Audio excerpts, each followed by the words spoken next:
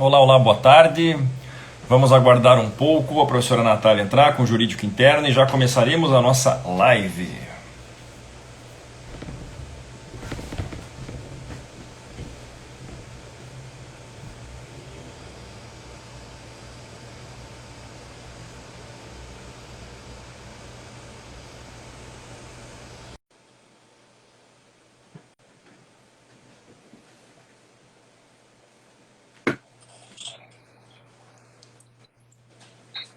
Oi, Olá, meninas, olá, boa tudo tarde. bem? Tudo bem? Ó, Tudo jóia, e você? Aê! Aí sim, que vamos lá. prestígio. Como é que tá aqui? Já entrou um pouco de gente. Podemos começar, né? Eu acho que essa conversa ela flui e se a gente deixar até passa do horário. Ah, eu vou fazer uma breve apresentação aqui minha, depois eu deixo para vocês se apresentarem, que Tá é mais bom. legal. Eu sou péssimo para me apresentar. Bom, boa tarde a todos. Meu nome é Cássio Moro, novo professor do BSSP, coordenador da pós que estaremos lançando daqui a alguns dias, o MBA em Direito do Trabalho Aplicado. Sou professor de Direito do Trabalho, juiz do trabalho, mestre em processo civil. E estamos aqui fazendo essas lives com alguns temas interessantes que estarão no nosso MBA. E hoje trazemos a professora Natália, o jurídico interno, para falar de um tema super importante, talvez um dos eixos de todo o nosso MBA, que é a atuação do departamento jurídico, desde a prevenção de problemas trabalhistas até a solução de disputas e de processos, eventualmente. Então, é um tema muito interessante, basicamente norteia toda a nossa MBA, que vai tratar de temas como compliance, como aplicação da LGPD, métodos de resolução de disputas, enfim, tanto negociação sindical, a atuação do advogado e do contador dentro disso tudo. Enfim, estamos aqui com o jurídico interno e eu peço para vocês se apresentarem. Acho que esse perfil jurídico interno é um dos mais interessantes do Instagram e trata de assuntos super importantes e atuais. Por favor, com a palavra vocês duas. Obrigada, Cássio. Eu sou a Natália, especialista em Direito e Processo do Trabalho. Sou advogada de jurídico interno já há algum tempo. Junto comigo tem a Sara, a gente tem esse Instagram aqui porque ela é minha parceira, a gente trata de temas pertinentes ao advogado que trabalha em jurídico interno e ele é um pouco diferente do advogado que trabalha em escritório. Nosso dia a dia, nossa vivência, enfim, ela difere, a gente tem algumas peculiaridades e a gente realmente não via nada voltado para esse público. Razão pela qual empreendemos esse projeto aí, eu e Sara, ideia de Sara, inclusive, que ficou um tempo na minha cabeça falando, vamos, Nath, vamos fazer, vai ser legal, enfim. E aí a gente viu que tinha realmente um nicho aí bastante grande para a gente explorar, para a gente trazer ali de temas para auxiliar os colegas que também estão trilhando esse caminho, né? Estarei com você aí a convite, né, do professor Dr. Cássio, também dando aula lá no MBA de gestão de departamento jurídico, né, falando propriamente sobre a importância e a atuação do jurídico interno. E espero poder contribuir com os alunos que estarão aí conosco nesse MBA, nesse curso. Sara. Sara, a gente também, eu trabalho junto com a Nath, nós trabalhamos juntas, né, numa empresa, e a ideia do jurídico interno surgiu quando a gente discutia muito, quando a gente fazia parte da mesma empresa, a visão que alguns advogados, quando chegam no ambiente corporativo, têm errada. Eles chegam com uma visão muito tecnicista. E isso acaba sentindo muito na prática falta de uma visão muito mais sistêmica que a empresa exige, né? Então, a postura do advogado interno e a postura do advogado de um escritório externo, é bem diferente. Embora no jurídico interno a gente acabe abordando temas relacionados à carreira do advogado, esse advogado, a gente fala muito desse advogado que está preparado para o novo mercado de trabalho, para o que o novo mercado está exigindo desse advogado, mas a gente puxa muito a sardinha para o nosso dia a dia, que é o jurídico corporativo, né? E como hoje esse advogado ele é muito mais estratégico, ele é muito mais o executivo jurídico e essa necessidade, né, exige novas habilidades. E aí a gente fala muito soft skill, fala de tudo ali para poder ajudar esse advogado nessa jornada. Perfeito. Então vamos lá. A gente tem o que a professora Natália vai dar para vocês é um módulo de gestão de departamento jurídico e toda essa interação. E quando a gente fala disso, eu particularmente, só falando, vamos nos situar geograficamente, né? Esse curso é todo em EAD, então cada professor está em um lugar do país. E esse é o barato desse curso em EAD, que nós podemos estar. A Natália está em Curitiba, a Sara estava aqui em Vitória, eu sou de Curitiba, moro em Vitória. A Sara estava aqui. E nós temos professores de todos os lugares, exatamente por essa interação pela internet que facilita bastante. Vamos falar um pouco, então, do departamento jurídico, que é a principal função. De fato, como a Sara havia dito, eu comecei trabalhando na minha vida jurídica, lá na faculdade, no departamento jurídico de um grande banco internacional, antes mesmo de advogar. E aí eu aprendi muito ali. Isso até foi um destaque muito grande na hora de ir para a advocacia, quando eu me graduei. Diversos escritórios queriam me contratar, porque eu já tinha um conhecimento muito grande, que normalmente o graduado ele não tem. Na faculdade, nós somos muito apegados a aprender a briga judicial. Né? Nós aprendemos a ser advogados de tribunal, de corte. Litigante, sabemos fazer inicial, sabemos fazer defesa. Chega uma reclamação trabalhista, ele já sabe como vai se defender. Sim. Entretanto, nós temos uma certa falha na nossa graduação de direito, que é trabalhar na prevenção disso. Que é trabalhar mais do que isso, no protagonismo das próprias partes para prevenir esses problemas e para resolver esses problemas, independentemente do judiciário. Então, acho que esse é um grande foco que a gente quer pegar na MBA, que é começar a trabalhar isso. E nada mais importante que um departamento jurídico especializado nisso, ou seja, que ele trabalhe os problemas, diversos problemas de contratação de mão de obra, estamos falando de direito do trabalho, desde a contratação, ou seja, desde da entrevista, do processo seletivo, nós trabalhamos com prevenção para não termos problemas depois. Quando a coisa chega na justiça, já tem um problema tão grande, né? E muitas vezes as empresas contratam advogados apenas quando já tem processos. Quando não, fazem contratos com esses escritórios apenas para cuidar dos processos, esquecendo que deve ter uma interação da parte interna. E aí nós estamos falando não só de grandes empresas, que tem departamento jurídico, mas as pequenas empresas têm que ter um mínimo de estrutura ali para saber como prevenir isso. Então, a primeira pergunta que eu faço para vocês, antes de entrar no nosso tema, de como as empresas vão conseguir evitar os problemas decorrentes da pandemia, é como que essas empresas podem trabalhar essa interação entre o departamento jurídico litigante, né, um escritório de advocacia externo, que seja, e a parte jurídica interna, mesmo sendo uma pequena empresa. Muito bacana essa pergunta. Vou começar, acho que depois a Sara provavelmente tem bastante coisa para complementar aí. Mas o mais importante é o jurídico interno, ele precisa agregar valor aos negócios. Então, antigamente, não tão antigamente, assim, não tão distante, o departamento jurídico ele era visto como um gasto, né? Você precisava ter, o jurídico só gasta, não via como um parceiro do negócio, como um departamento que gerasse valor para aquele negócio.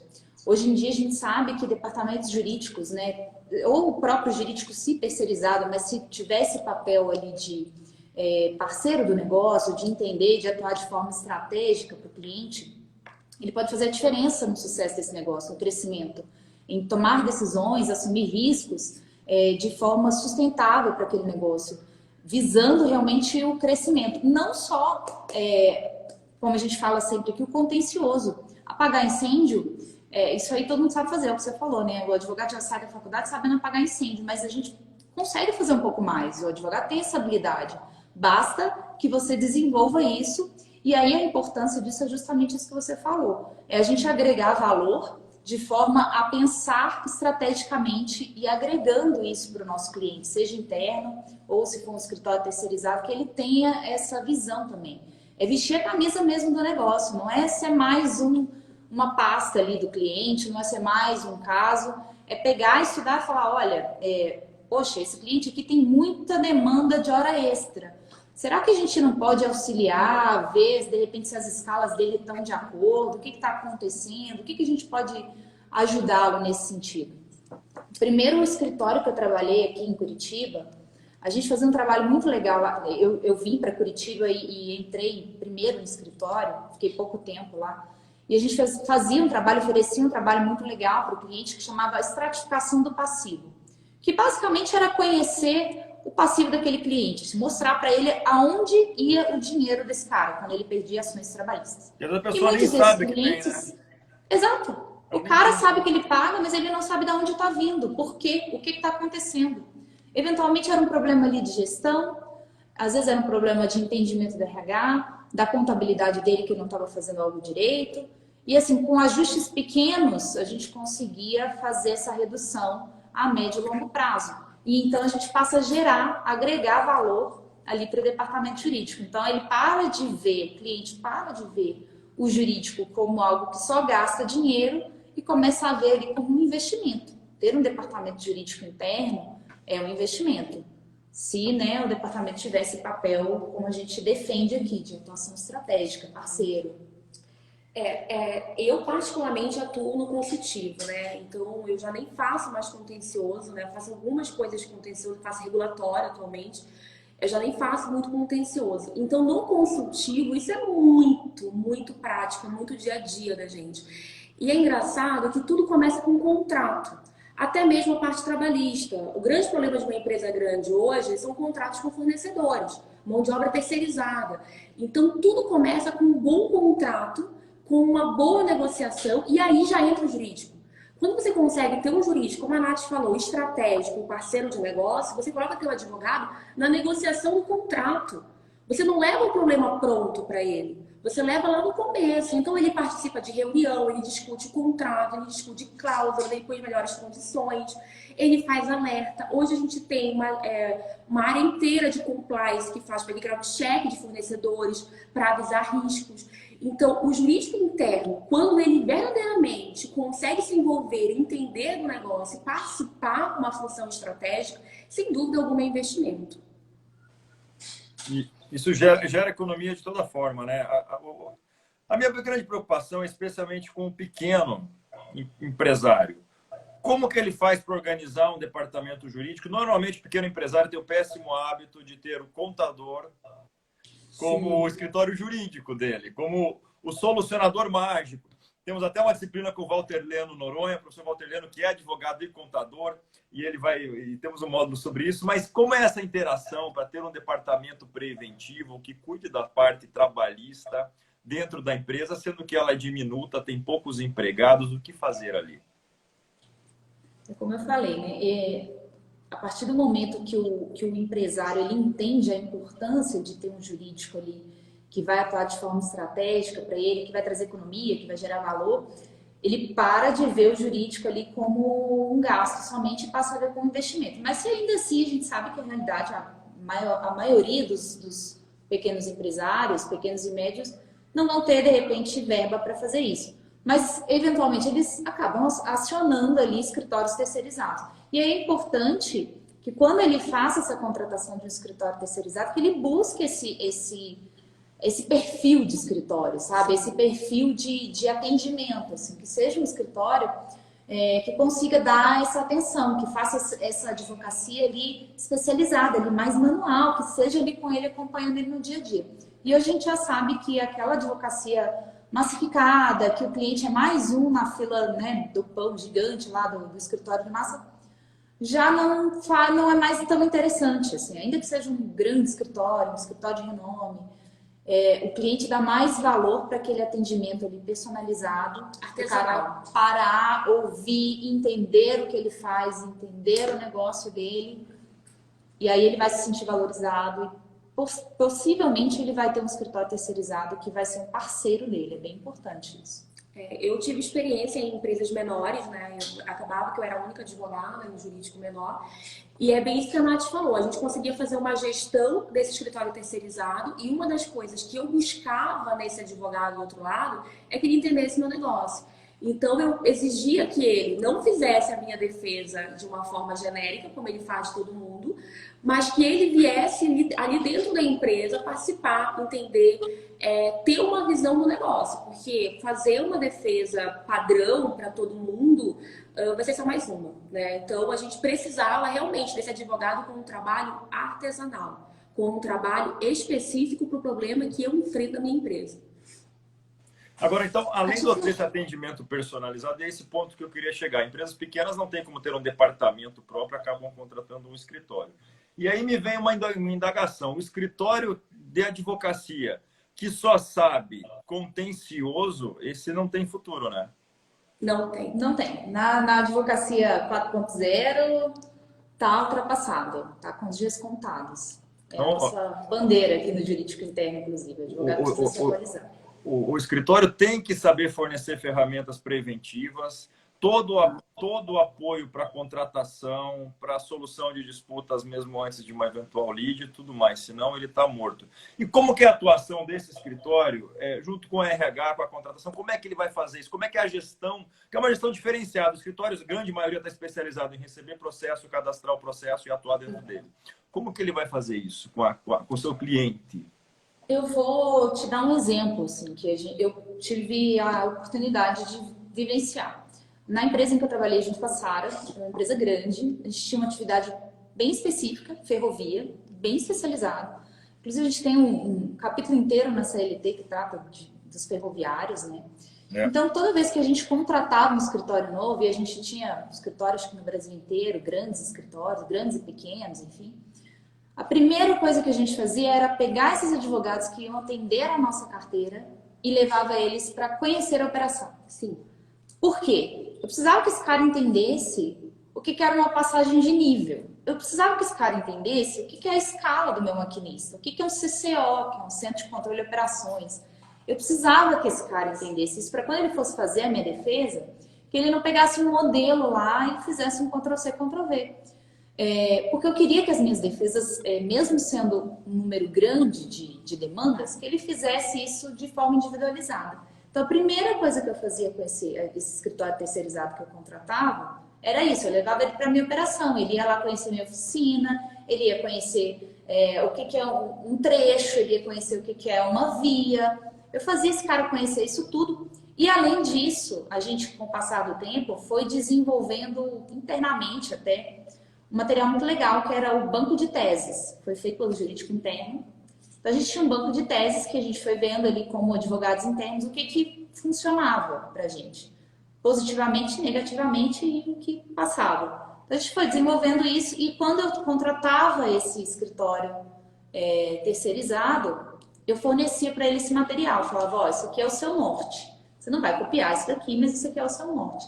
Basicamente, o que funciona para a gente aqui, por exemplo, o TRT da terceira região é isso, o da nona região é isso, enfim. A gente tinha um banco de teses já pela nossa vivência, né? No nosso caso lá, que era uma empresa grande, né?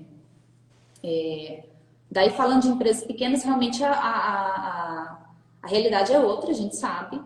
E aí, normalmente, a gente tem um dono também mais presente, né? Mais atuante, mais próximo ali do negócio. E aí é importante que a gente escute essa pessoa, seja o terceiro, seja o escritório terceirizado que vai prestar esse serviço, que ele sente, escute e entenda a dor do cliente, que é o que a gente sempre fala aqui, a Sara. Geralmente, em empresas menores, o advogado responde direto para o diretor-presidente da empresa, né? Então, a gestão no jurídico do diretor-presidente é muito maior. Então, você consegue... eu tive essa oportunidade de trabalhar em empresas menores, médias e pequenas empresas, você consegue dar soluções mais criativas. É muito mais fácil, é muito mais flexível você sugerir algumas coisas para o presidente da empresa do que numa empresa maior. Uma empresa, né, que tem processos mais definidos, enfim, avalia muito risco para tomar uma decisão. Então, uma coisa que eu percebi numa empresa menor... É muito mais fácil você oferecer uma forma mais criativa de um contrato de trabalho, por exemplo. Eu participei de uma empresa que aconteceu isso. A gente fez uma migração do contrato de trabalho e o escritório sugeriu pra gente. E a gente forçou o escritório a fazer isso. A gente precisa, é uma dor muito grande que a gente tem e a gente quer uma solução inovadora para isso.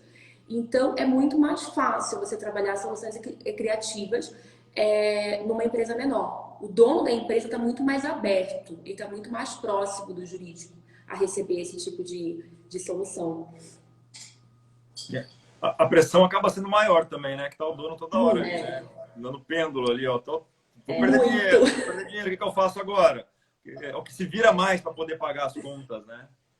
Muito maior, a pressão é muito maior e assim, é diferente. Uma penhora numa conta de uma pequena empresa, até uma média empresa, né, afeta a folha de pagamento, né? Então, como advogado, você tem uma pressão muito maior, não dá para ter penhora, né? Você tem que ter uma gestão muito mais controlada dos processos do que numa empresa maior, que tem um fluxo de caixa muito mais tranquilo para enfrentar um problema desse. E vocês mencionaram compliance. Como que um departamento jurídico vai implantar isso? Até que ponto a atuação faz parte do departamento jurídico, digamos uma empresa grande mesmo, e como que você vai colocar esse serviço de compliance lá do início da contratação até o escritório terceirizado para seguir todo esse programa? Como que isso é feito? Você quer falar? Pode Tá. A compliance, na verdade, quando você fala de escritório terceirizado, quando você está falando de uma empresa, o escritório terceirizado ele entra no começo, tá? Então ele entra como um fornecedor. Ele não vai entrar, ele não tem uma exceção. Ele é um fornecedor normal. Então, na hora que eu for contratar esse escritório externo, eu vou fazer background check, eu vou analisar a conduta e o histórico desse escritório. Então, se esse escritório está envolvido em algum problema, algum escândalo, enfim, a gente entra. A gente abarra ele nessa. Exatamente. Então, a gestão do fornecedor é dessa forma, né? Nas empresas, como é que tem sido feito atualmente a política, a estrutura de compliance? A gente tem estruturado, né? O jurídico participa muito, né? Existem empresas que deixam o compliance para uma outra área, mas na maioria das empresas que a gente tem contato, né, Nath, acaba sendo o próprio jurídico que faz a implementação do compliance e tem algumas áreas de apoio dentro da empresa para fazer, enfim, algumas denúncias, canal de ética e outras ferramentas do compliance. Mas é o próprio advogado que faz a implementação. Então, fica dentro do jurídico, o compliance acaba respondendo para o jurídico. E uma coisa interessante, Cássio, quando a gente fala de compliance, a gente tem que falar que compliance é conformidade de regras. E quando eu falo em conformidade de regras, eu não estou falando só de trabalhista, só de legislação. Eu estou falando de regulatório, eu estou falando de licença ambiental, eu estou falando de procedimento interno da empresa, que hoje em dia a gente tem visto muitas empresas investindo nisso, que é uma coisa super bacana para fazer. Então, a própria empresa cria... cada departamento tem política para doação, política para contratação de fornecedor no exterior, política. Então, essas políticas, o cumprimento dessas políticas é feito pelo time de compliance.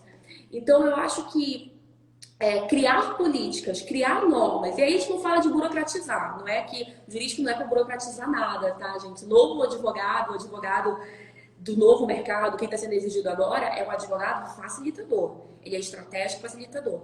Mas a forma de fazer esse controle e a forma de mostrar que a empresa está aderente às regras é feita pelo compliance.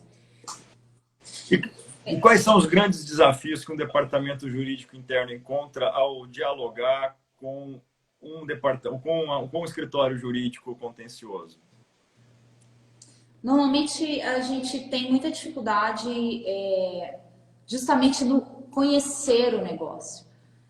Os advogados mais antigos, né, os que não estão querendo se atualizar, enfim, eles não querem sair da cadeira deles e ir lá vestir um uniforme de operação para entender do negócio do cliente dele.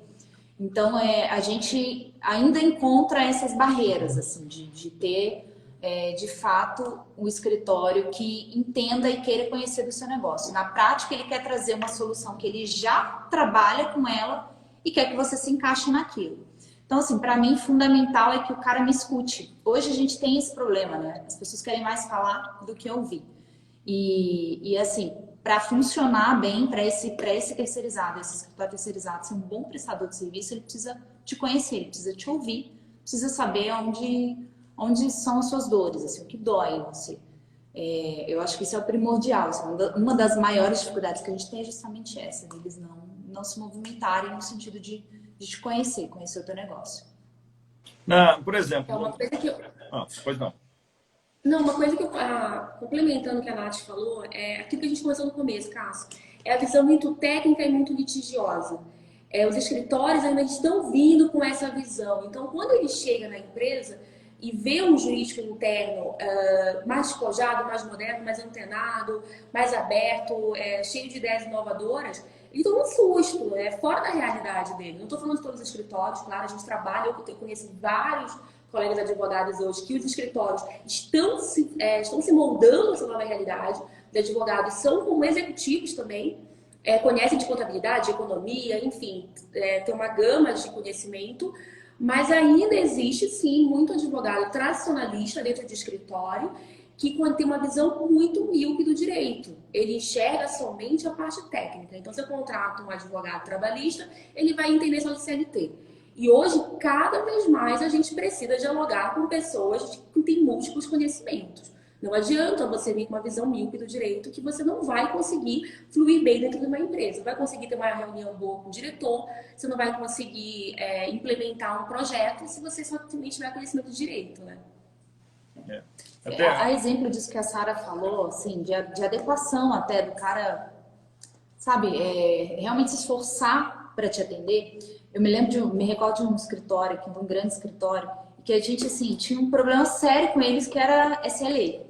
Eles eram ótimos, assim, nossa, impecáveis, os pareceres, enfim. Mas a coisa era muito dinâmica, a nossa atividade era muito dinâmica. Então, eu precisava de um parecer, assim, de hoje para ontem. E a vida do cliente é esse, o negócio é esse, é coisa rápida. E aí ele me respondia assim, ok, vou fazer o parecer 10 dias úteis. Amigo, sim, 10 dias úteis? Eu já fiz o que eu precisava, sabe? É prazo isso? Então, assim, esse tipo de conduta, assim, hoje não cabe mais. Não cabe mais, entendeu? Se eu falar com ele que é algo urgente, ele precisa entender, assim, o que realmente é importante para aquele cliente, o que pode impactar na operação, o que pode impactar em dinheiro, né? Em receita. Então, se ele não tiver essa parceria, não vai. Não vai. Tá fora. Por melhor que o cara seja, por mais que esse é um outro ponto importante. Qualquer atitude, qualquer ato, qualquer política da empresa, seja preventiva, seja dentro do processo, deve-se ter um número, o valor de quanto isso representa para os cofres da empresa, né? Às vezes o advogado não faz nem ideia. Não vou fazer acordo porque eu não sei o quanto vale, eu não sei o risco de uma ação, não sei o que tem, é melhor tocar porque a gente pode ganhar lá na frente. É trabalhar com incertezas, enquanto quando você tem um número ali, a coisa é mais dinâmica, mais correta, né? E o que o empresário quer saber é, doutor, quanto que eu vou perder ou quanto que eu vou ganhar nisso? Não quer saber se o direito é constitucional, se o direito é protegido, se não é, se o tribunal tal defende sua tese, se não defende. Ele quer saber do bolso, o que vai ter, não é isso mesmo? Quanto isso custa, exatamente. Eu costumo falar que o advogado interno ele tem que esquecer o juridiquês e aprender muita matemática. Porque o empresário ele não entende data vênia, ele não sabe, e não vai fazer efeito nenhum para ele o data vênia. Ele quer saber número, ele quer saber contingência, ele quer saber o quanto ele economiza, o quanto ele traz de resultado para a empresa dele. Então a gente tem que aprender muito mais matemática e até uma dificuldade minha pessoal também, né? Quando eu entrei no corporativo, eu tive que aprender contabilidade. Então, é a visão que a gente precisa mostrar para o empresário. Você tem que entender do meu negócio, tem que trazer resultado. Essa fala da Sara é perfeita. Você tem que entender de contabilidade. Ainda que seja raso, assim, mesmo que você não vá fazer o cálculo. Mas, assim, eu me lembro a gente tinha contadores terceirizados que mandavam os cálculos, mas você tem que ter uma noção. Até se o cara fizer uma besteira, você fala, opa, esse cálculo aqui está errado. E acontece, né? As pessoas erram, enfim. E aí você tem que ter essa noção. Agora, se você não sabe de nada, aí passa batido. Eu já vou indicar, vocês duas e o professor Walter Leno, que dá contabilidade no MBA, podiam fazer uma live. Seria interessantíssimo. Legal. Porque, de fato, o advogado que entra no direito, porque não... Foi meu caso, eu entrei no direito porque eu não sei fazer conta. Na engenharia. É isso. Depois, na faculdade de economia, tive que pegar de novo cálculo. Mas é cálculo puro, não só cálculo, como análise econômica da situação. Então, você tem que ter um conhecimento multilateral muito grande. O direito não representa nada se ele não for convertido em números. Infelizmente, a atuação judicial é converter qualquer dor, qualquer violação de direito em número. Então, não tem como você desconsiderar esse fato que é importante. E aí chega um outro conflito que eu já vou perguntar para vocês se já passaram por isso. Quando você tem uma advocacia preventiva preocupada em solucionar os problemas e tem uma advocacia tradicionalista, um quer fazer um acordo, às vezes uma conciliação, resolver o problema, outro não, vamos tocar para frente. Como é que se resolve isso? Como é que você toma uma decisão disso? Isso é muito importante, Cássio, você está alinhado. Só abrindo parênteses aqui, a professora Amanda de solução de disputas, de mediação, está assistindo a gente aqui. De repente, ela até vai fazer uma pergunta para a gente. Pode fazer uma contribuição aí conosco. Mas, assim, no meu ponto de vista, é muito importante que o advogado ele esteja alinhado com aquilo que é a perspectiva do negócio. E aí eu digo assim, toda empresa funciona por lucro, claro, ninguém está trabalhando ali, funcionando, nada, enfim, por caridade, meramente. A gente está num sistema capitalista. Então, e o fato de querer lucro não quer dizer que vai explorar as partes interessadas. Exato, não. A gente não precisa ter essa dicotomia, já está ultrapassado. Não é pecado isso. Exato. Ganhar dinheiro não é pecado. Mas assim, é bem importante, a gente tem lá no começo, normalmente a gente faz no final do ano, para o ano seguinte, né? A gente tem um orçamento, a gente tem um forecast, quem é de jurídico interno precisa falar disso, a gente precisa falar de orçamento jurídico, precisa ter uma previsibilidade, a gente precisa tratar de provisões, EBITDA, meu Deus do céu. E aí quando você chega nesse mundo, você fala, meu Deus, não sei o que é isso. O que é EBITDA? O que é orçamento? Por que eu preciso trabalhar com provisão?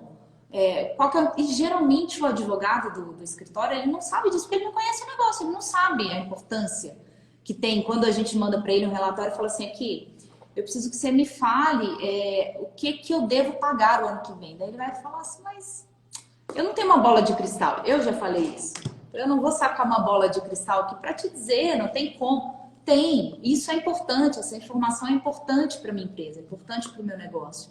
Então, é importante que o advogado, ele saiba disso, ele saiba o que a empresa está buscando para aquele ano como metas, né, no curto prazo, médio prazo, longo prazo. A empresa,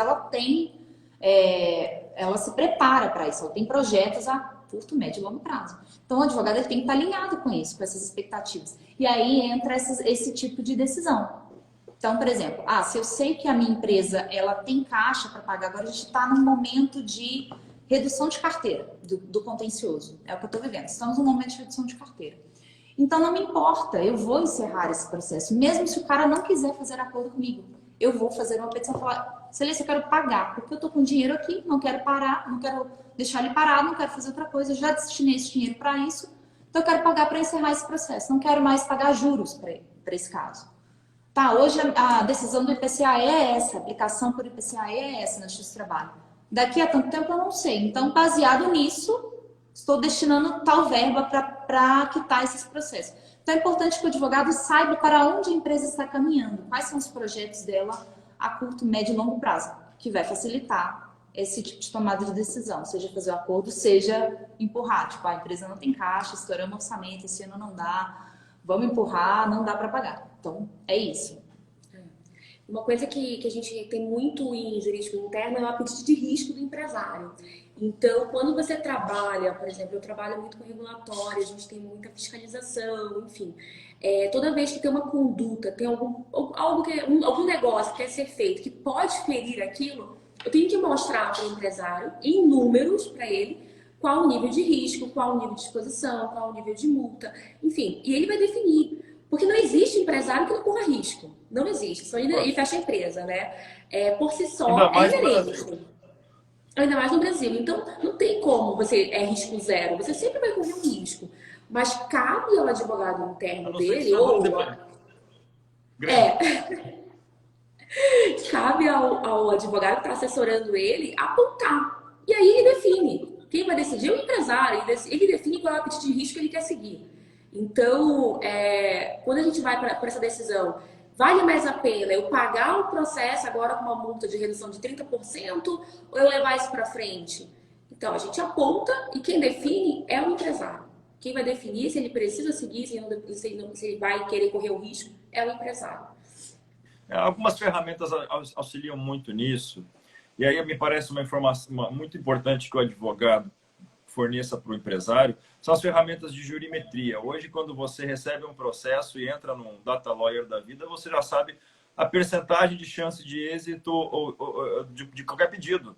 Tanto na vara em que caiu, no tribunal, no TST, até no STF. Então, isso facilita muito. Quando você pega e traz para o jurídico, junto com o contador, e faz uma análise de risco em valores, você sabe se vale a pena ou não fazer essa conciliação, né? Ou até barrigar. E outra coisa, barrigar, né? Porque tem advogado que gosta de ir para frente, por análise de risco, fluxo de caixa.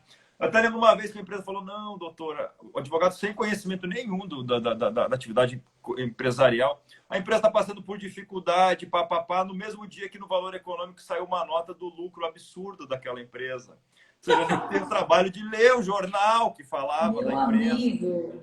Não pega bem, né? Então é importante estar muito bem ligado até nas políticas, como você disse, de fluxo de caixa, de orçamento que você tem para quitar ou não acordo e coisa e tal. Isso aí. Isso me parece. Outro conflito que eu vejo, isso eu lembro da minha época que eu trabalhava no jurídico trabalhista. Havia um conflito muito grande entre o pessoal que trabalhava na linha de frente, no front office daquela empresa, que tinha que ter lucro, meta, bababá, aquela correria, e a gente do jurídico falando, olha, não pode trabalhar depois de tal hora. Tem que bater... Era uma época que nós estávamos implantando o ponto eletrônico. Tem que bater o ponto certinho, não pode bater e voltar a trabalhar. Só que o gerente lá da linha de frente achava pavorosa a nossa regulamentação interna que o jurídico impunha, porque senão eles não conseguiriam bater meta e virava uma briga isso. Então, o nosso direcionamento é cumpra a legislação, cumpra o que a gente está falando. Ele não posso, senão não cumpro meta. Como que se administra uma coisa dessa? Eu, na época, claro, tinha um carguinho lá, iniciante, assistente jurídico, nem sabia, não era gerencial, nem estratégico. Mas como que um jurídico se porta diante dessa situação com o pessoal da linha de frente mais agressiva de uma empresa? Olha esse Cardoso aqui. Eu tenho casos e casos aqui, eu poderia ficar um dia inteiro só contando quantas e quantas vezes eu me deparei com essa situação. Especialmente no trabalhista, né? Que a gente tem muito contencioso. Assim, você precisa tirar a testemunha lá da escala para ir trabalhar e o gestor quer te matar. Ele fala, meu Deus, mas duas testemunhas, você precisa de duas. Então, né? E mais um preposto. Mas o quê? Você vai tirar 3 pessoas da minha escala? Enfim, inclusive já ouvi uma frase terrível, que foi, olha, eu faço o trem girar, eu pago o seu salário. Não é você que veio me dizer o que eu tenho que fazer, sabe? Coisas desse tipo. É difícil, né? É difícil. Inclusive, esse tipo de mentalidade não cabe mais. Assim, as empresas hoje estão num outro patamar. E eu acho que, de uma forma geral, essa evolução que a gente fala aqui, do ponto de vista jurídico, não é só para o advogado 4.0. Essa turma que está atuando aí precisa se atualizar em relação às habilidades, a valores, e hoje a gente vê isso como as empresas colocam seus valores e elas precisam não só ter o discurso, elas precisam implementar isso na prática. A gente fala de sustentabilidade, fala de diversidade, respeito ali aos direitos, que é o básico, né? Então, jornada, assim, é o mínimo. E aí, quando a gente tem esse tipo de confronto, já aconteceu comigo, confesso que faz tempo que, graças a Deus, eu não tenho enfrentado isso, porque eu vejo que a cabeça até do pessoal, mesmo do pessoal que está lá na linha de frente, eles estão evoluindo também nesse sentido, de ver a importância que isso tem, assim, tipo, o risco que você vai assumir, e aí você vai assumir sozinho. E eu usava sempre um exemplo, quando dava treinamento interno, lá na empresa, quando a gente ia falar sobre essa questão da jornada, da importância de respeitar a jornada, né? Daí a gente chegava no ponto lá de trabalho escravo. E eu citava alguns exemplos, falava, gente, tal empresa grande foi condenada por trabalho escravo, teve o nome inserido lá na lista negra de trabalho escravo, e o que vocês precisam saber? Que você, gestor, que está lá com o nome no contrato, você pode ser penalizado criminalmente por isso. E aí citava um caso que tinha acontecido, entendeu? Então, assim, é importante trazer a pessoa, com que ela faça parte, é importante abraçar ela entender que ela é parte do processo. Ela não pode ser o problema. Estamos ali juntos, o jurídico não está ali para atrapalhar. Apesar de antigamente as pessoas acharem isso. O jurídico ele tem que ser parceiro, estamos ali para auxiliar. Então, quando vem essa fala assim, mas eu preciso bater meta. Então, meu amigo, se você bater meta, o MTE vem aqui, né, agora não é MTE mais, o Superintendência Regional do Trabalho vem aqui, faz uma fiscalização e vê que a gente está batendo ponto e o cara continua trabalhando. Isso é irregular. Se o cara faz mais de 2 horas por dia, pode caracterizar trabalho escravo, isso é irregular. Então, a consequência para a empresa é mostrar grana. Então, não adianta nada ele bater a meta dele lá se a empresa tiver uma condenação por trabalho escravo, tiver o nome inserido lá na lista negra. Então, o impacto disso é muito maior. E trazer ele para junto de si e ele fazer parte da solução. Eu trabalhei numa empresa de TI e a gente trabalha com projetos, enfim. Então, aquilo que você falou ali é perfeito. A galera corria muito para entregar projeto, os clientes eram empresas grandes, né? Então, eles corriam muito. Então, deixava o cronograma rolar solto, peça de entregar o projeto final, aí fazia uma hora extra para poder entregar, enfim. E aí, toda vez que vinham com o jurídico, a gente sempre recomendava, não pode, não pode, não pode. E toda vez que vinha com o jurídico, mas vai atrapalhar a entrega do projeto, enfim. Foi isso que a Natália falou. A gente começou a pegar um monte de reclamação trabalhista, né? Os salários são salários expressivos nesse meio de TI, e começou a doer na empresa. Então veio a ordem de cima, mudou a mentalidade de cima. Vamos cortar a hora extra. Mas e o projeto? Você vai adequar seu cronograma. Então, se você tem um cronograma, por exemplo, para entregar em 30 dias, você vai adequar ele para entregar em 35. Seja realista com seus prazos. Não adianta a gente querer inventar que vai ser possível trabalhar 13, 14 horas por dia para fazer tal atividade. Vamos ser realistas. Então, acho que alguém comentou aqui que a mudança de mentalidade de cima é perfeito. É isso aí. É perfeito. Trazer realidade para a empresa, né? Quer bater meta? Ótimo. Todo mundo precisa pegar PPR, mas a gente precisa ser realista. Ninguém vai trabalhar 13, 14 horas por dia. Foi a Alice Cardoso que manifestou isso. Também estamos com o professor Dalegrave Neto aqui. O que você falou de que as empresas estão se conscientizando, se atualizando, é um assunto muito caro, né? Aquilo que a gente chama dessa mudança hoje no mundo capitalista, daquele shareholder capitalism, que cuida apenas do curto prazo, da valorização das ações, dos bônus para os executivos e os dividendos para os acionistas, para algo pensado mais a longo prazo, que é aquele capitalismo de partes interessadas, o stakeholder capitalism, que é muito mais importante pensar no longo prazo. Ou seja, eu vou exigir do trabalhador fazer horas extras sem bater, eu vou criar uma animosidade com os meus empregados, que eles vão acabar produzindo menos, vão acabar adoecendo mais, e isso vai repercutir no prejuízo na frente. Então, é muito melhor criar procedimentos mais saudáveis e que deem para cumprir, metas que deem para cumprir dentro daquele horário de trabalho. Eu vou ter, ao longo prazo, um rendimento, uma sustentabilidade empresarial muito maior, ainda que o lucro naquele ano letivo, naquele exercício fiscal seja menor, para longo prazo isso vai ser muito maior, vai repercutir numa estrutura muito mais resistente da empresa. E aquilo que vocês falaram, você tem que ter princípios não só para falar ali e colocar no site, mas para aplicar mesmo. No momento de pandemia, eu já vou entrar nesse assunto. Agora, as empresas que já vêm atuando dessa forma mais consistente, pensando no longo prazo, elas estão aí, estão aguentando a barra com muito mais consistência. Aquelas que só ficavam de papo para cima, que eram sustentáveis e não eram mesmo, estão todas quebrando. Você falou das empresas de tecnologias, trabalhou numa, Sara.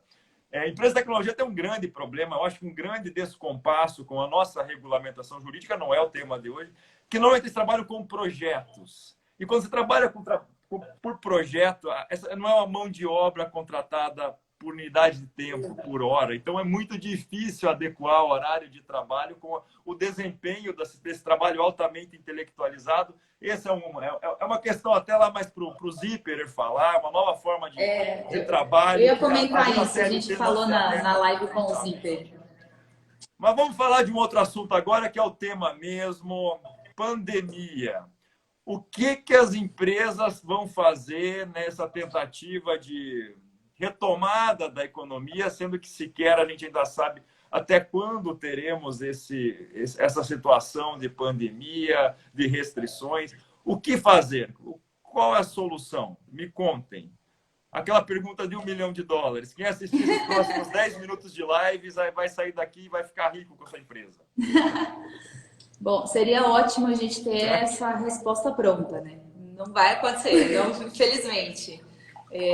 O que a gente defende assim é que realmente as empresas elas continuem agindo, continuem investindo nisso, na atuação de fato estratégica, investindo em pessoas, e aí assim essa mudança de paradigma que a gente teve, né? A gente teve uma aceleração muito rápida em alguns processos que talvez demorariam um tempo maior.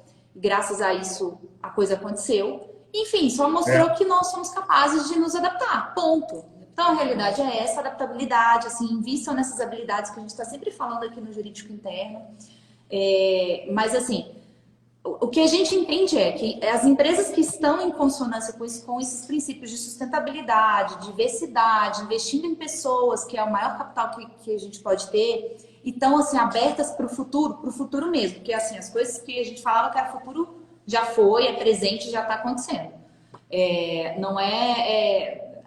Algumas empresas ainda falam de futuro, coisas que já estão acontecendo, né? Já foram.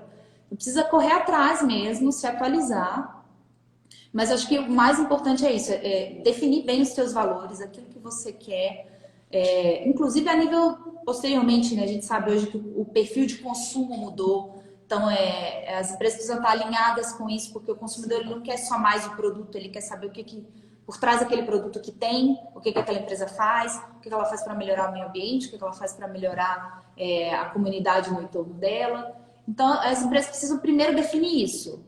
Além do lucro, o que mais que ela quer trazer como mensagem para o ambiente onde ela está inserida. E depois disso, investir em ferramentas, em pessoas, para que isso seja possível, para que isso se efetive. Assim. Cássia, a gente não tem resposta pronta, mas a gente tem um post no Jurídico Interno falando disso, tá? A gente comentou ali 5 ações de retomada que as empresas devem adotar. E uma das ações que a gente fala não é resposta pronta, não é fórmula de bolo, mas que as empresas que estão conseguindo manter os empregos, que estão conseguindo se segurar nessa crise, estão fazendo uma gestão de caixa eficiente. É fundamental nesse momento. Um comitê de crise. Nós estamos vivendo uma crise. E a gente não pode fechar os olhos, né? A gente teve várias atividades que foram paradas. Então, nós do Jurídico Interno, a Nath participou disso também, a gente participou de um comitê de crise, a gente monitorava diariamente, 24 horas por dia, todas as legislações, para saber onde afetar, eu trabalho com transporte, logística, onde afetar, se ia ter paralisação da minha atividade, o que eu tinha que fazer, eu tinha que correr para a área de segurança e saúde para avisar de qualquer normativa de município. Então, gestão de crise nesse momento é fundamental. A empresa que não consegue se planejar numa crise dessa, vai sair perdendo. Uma coisa que a Nath falou também, que eu acho que é fundamental, é você observar um novo padrão de consumo. A gente está falando do novo normal, muita coisa mudou.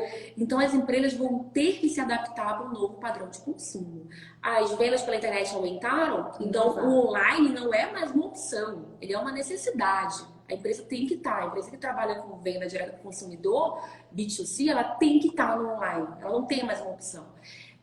Uma coisa que acaba também atraindo e ajudando muito nas empresas é a receita alternativa. Então, qual é o objeto social daquela empresa? De que outra forma ela pode oferir receita, né? Existe outra forma? Existem. O Magazine Luiza, durante a crise, ele ajudou pequenos empreendedores a fazer a logística deles. Então, é uma fonte de receita alternativa que eles conseguiram oferecer na crise. Então, eu acredito que não tem receita pronta, não tem fórmula mágica, mas com criatividade o empresário consegue se manter nessa crise. E o trabalhador? Qual é esse monte de legislação, mudança de trabalho, vai para o teletrabalho, vai para o presencial? O que o empresário vai fazer com isso? Tem um emaranhado de MPs, de novas legislações, legislação que já foi revogada e volta para a CLT. Como é que você chega para o empregador, olha, você vai fazer isso e isso? E isso é garantido ou não é garantido, ou sabe que vai estar pisando em ovos durante um bom tempo? Não tem como garantir. A gente está agora num período que começa a preparar o pagamento do 13º, né? Acho que está todo mundo passando por isso. Já tem aquela conclusão da base de cálculo, 13º. Tem gente interpretando errado aí. Né? Então, o que você vai fazer? Você traz o cenário, você apresenta para o empregador e fala, ó, tem esse cenário, os riscos envolvidos são esses.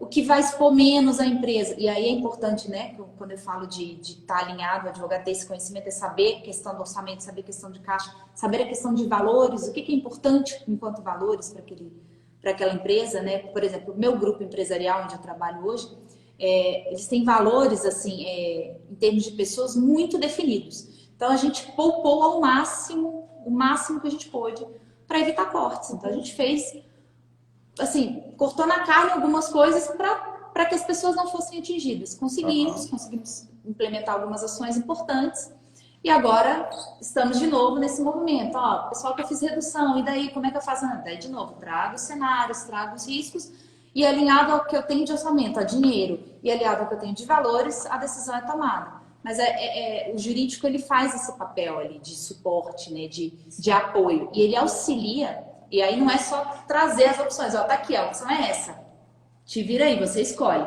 Não, é mostrar para ele que, ó, independente da tua opção, estaremos juntos, nós vamos assumir, os riscos são esses, a gente não sabe o que a jurisprudência vai, como o judiciário vai se comportar. E aí você me diz depois, né? Daqui uns 2 anos a gente fala de novo sobre isso, você vai me contar como é que foi.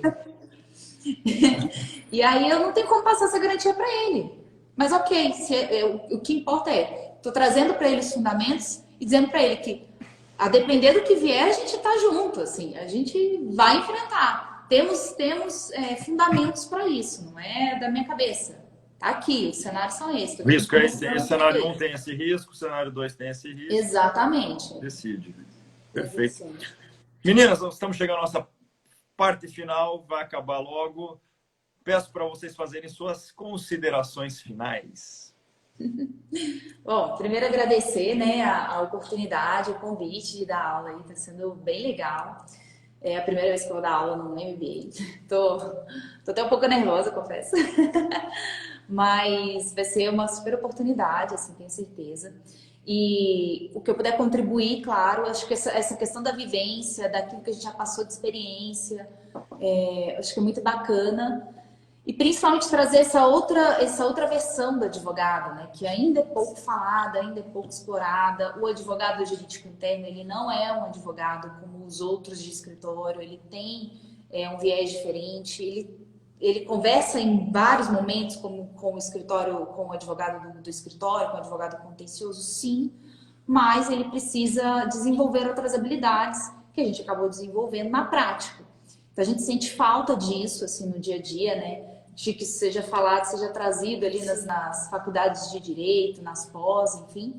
E é uma super oportunidade, quem for fazer esse curso aqui conosco, vai poder, né, já se preparar nesse sentido. A gente vai trazer esse diferencial que outros cursos, outras faculdades não trazem. Então, aproveitem, é uma super oportunidade. O que a Nath falou só complementando mesmo, porque ela apontou de forma perfeita.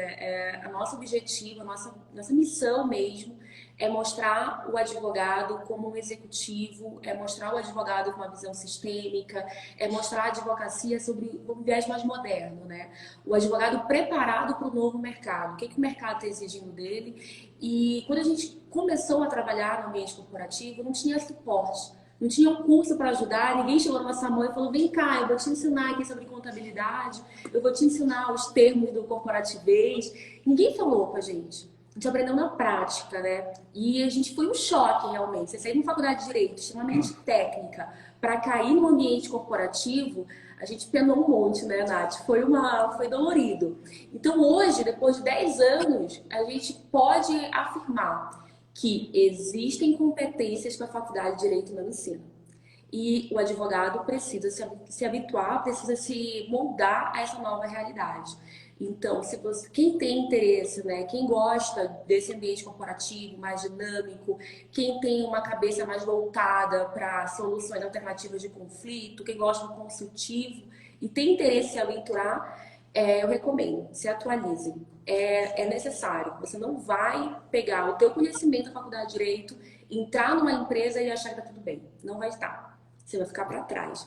Então, se atualizem, assistam o Jurídico Interno, vou fazer nossa propaganda aqui. Estamos sempre com temas super atualizados, né, para a carreira corporativa, para o mercado de trabalho. Enfim, então, hoje em dia, conhecimento é ouro, né? E a gente tem muito conhecimento aí para quem está se preparando para essa jornada. Muito obrigado a vocês duas, obrigado ao Jurídico Interno.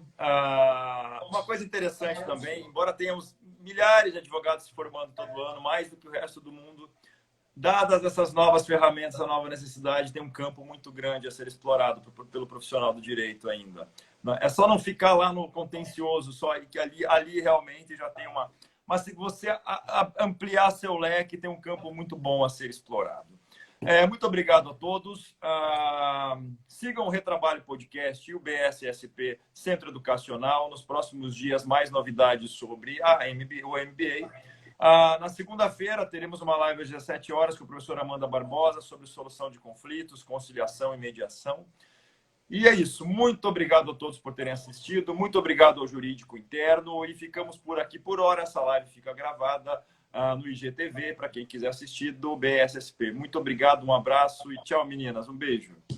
Tchau, tchau. Tchau, Cássio. Obrigada.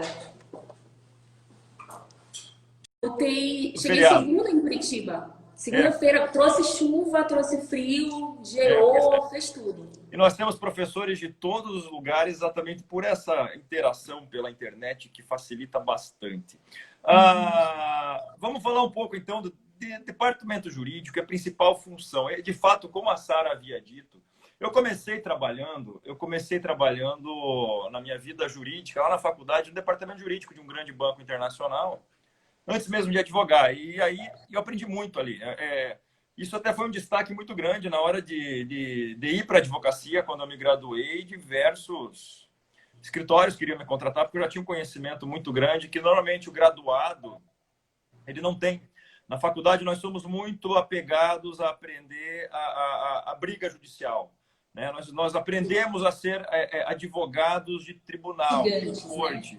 Litigante, sabemos fazer inicial, sabemos fazer defesa. Chega uma reclamação trabalhista, ele já sabe como vai se defender.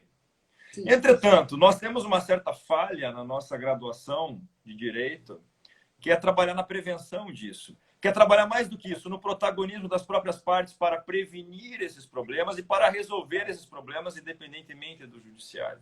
Então, acho que esse é um grande foco que a gente quer pegar na MBA, que é começar a trabalhar isso. E nada mais importante que um departamento jurídico especializado nisso, ou seja, que ele trabalhe os problemas, diversos problemas de contratação de mão de obra, estamos falando de direito do trabalho, desde a contratação, ou seja, desde da entrevista, do processo seletivo, nós trabalhamos com prevenção para não termos problemas depois. Quando a coisa chega na justiça, já tem um problema tão grande, né? E muitas vezes as empresas contratam advogados apenas quando já tem processos. Quando não, fazem contratos com esses escritórios apenas para cuidar dos processos, esquecendo que deve ter uma interação da parte interna. E aí nós estamos falando não só de grandes empresas, que tem departamento jurídico, mas as pequenas empresas têm que ter um mínimo de estrutura ali para saber como prevenir isso.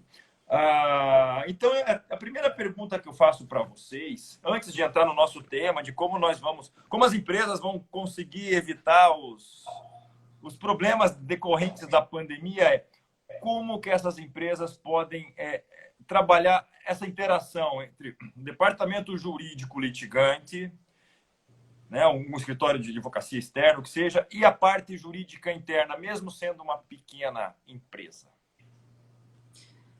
Muito bacana essa pergunta. Vou começar, acho que depois a Sara provavelmente tem bastante coisa para complementar aí.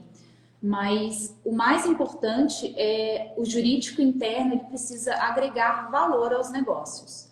Então, antigamente, não tão antigamente, assim, não tão distante, o departamento jurídico ele era visto como um gasto, né? Você precisava ter, o jurídico só gasta, não via como um parceiro do negócio, como um departamento que gerasse valor para aquele negócio.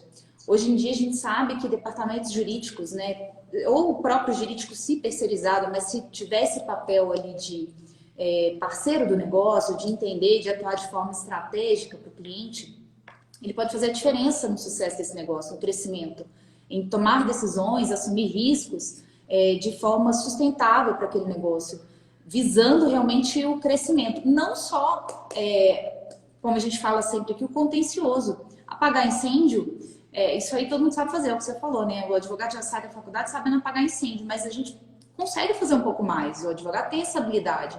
Basta que você desenvolva isso. E aí a importância disso é justamente isso que você falou. É a gente agregar valor de forma a pensar estrategicamente e agregando isso para o nosso cliente, seja interno ou se for um escritório terceirizado, que ele tenha essa visão também. É vestir a camisa mesmo do negócio, não é ser mais uma pasta ali do cliente, não é ser mais um caso, é pegar, estudar e falar, olha, poxa, esse cliente aqui tem muita demanda de hora extra. Será que a gente não pode auxiliar, ver, de repente, se as escalas dele estão de acordo, o que está acontecendo, o que a gente pode ajudá-lo nesse sentido? Primeiro, o escritório que eu trabalhei aqui em Curitiba, a gente fazia um trabalho muito legal lá. Eu vim para Curitiba e entrei primeiro no escritório, fiquei pouco tempo lá. E a gente fazia um trabalho, oferecia um trabalho muito legal para o cliente que chamava estratificação do passivo, que basicamente era conhecer o passivo daquele cliente, mostrar para ele aonde ia o dinheiro desse cara quando ele perdia ações trabalhistas. E a pessoa nem sabe que tem, né? Exato. O cara sabe que ele paga, mas ele não sabe de onde está vindo, por quê, o que está acontecendo. Eventualmente era um problema ali de gestão, às vezes era um problema de entendimento do RH, da contabilidade dele que não estava fazendo algo direito. E assim, com ajustes pequenos, a gente conseguia fazer essa redução a médio e longo prazo. E então a gente passa a gerar, agregar valor ali para o departamento jurídico. Então ele para de ver, o cliente para de ver o jurídico como algo que só gasta dinheiro e começa a ver ali como um investimento. Ter um departamento jurídico interno é um investimento. Se, né, o departamento tivesse papel, como a gente defende aqui, de atuação estratégica, parceiro. Eu particularmente atuo no consultivo, né? Então eu já nem faço mais contencioso, né? Eu faço algumas coisas de contencioso, faço regulatório atualmente. Eu já nem faço muito contencioso. Então no consultivo isso é muito, muito prático, muito dia a dia da gente. E é engraçado que tudo começa com um contrato. Até mesmo a parte trabalhista. O grande problema de uma empresa grande hoje são contratos com fornecedores, mão de obra terceirizada. Então tudo começa com um bom contrato, com uma boa negociação, e aí já entra o jurídico.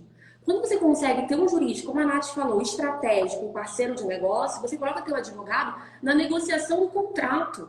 Você não leva o problema pronto para ele, você leva lá no começo. Então ele participa de reunião, ele discute o contrato, ele discute cláusula, ele põe melhores condições, ele faz alerta. Hoje a gente tem uma área inteira de compliance que faz background check de fornecedores para avisar riscos. Então, o jurídico interno, quando ele verdadeiramente consegue se envolver, entender do negócio e participar de uma função estratégica, sem dúvida alguma é investimento. E isso gera economia de toda forma, né? A minha grande preocupação é especialmente com o pequeno empresário. Como que ele faz para organizar um departamento jurídico? Normalmente, o pequeno empresário tem o péssimo hábito de ter o contador como Sim. o escritório jurídico dele, como o solucionador mágico. Temos até uma disciplina com o Walter Leno Noronha, o professor Walter Leno, que é advogado e contador, e temos um módulo sobre isso. Mas como é essa interação para ter um departamento preventivo que cuide da parte trabalhista dentro da empresa, sendo que ela é diminuta, tem poucos empregados, o que fazer ali? Como eu falei, né? A partir do momento que o empresário ele entende a importância de ter um jurídico ali que vai atuar de forma estratégica para ele, que vai trazer economia, que vai gerar valor, ele para de ver o jurídico ali como um gasto somente e passa a ver como investimento. Mas se ainda assim a gente sabe que, na realidade, a maioria dos pequenos empresários, pequenos e médios, não vão ter, de repente, verba para fazer isso. Mas, eventualmente, eles acabam acionando ali escritórios terceirizados. E é importante que, quando ele faça essa contratação de um escritório terceirizado, que ele busque esse perfil de escritório, sabe? Esse perfil de atendimento, assim, que seja um escritório que consiga dar essa atenção, que faça essa advocacia ali especializada, ali mais manual, que seja ali com ele, acompanhando ele no dia a dia. E hoje a gente já sabe que aquela advocacia massificada, que o cliente é mais um na fila, né, do pão gigante lá do escritório de massa, já não é mais tão interessante, assim, ainda que seja um grande escritório, um escritório de renome, o cliente dá mais valor para aquele atendimento ali personalizado, o cara parar, ouvir, entender o que ele faz, entender o negócio dele, e aí ele vai se sentir valorizado e possivelmente ele vai ter um escritório terceirizado que vai ser um parceiro dele, é bem importante isso. Eu tive experiência em empresas menores, né? Acabava que eu era a única advogada no jurídico menor.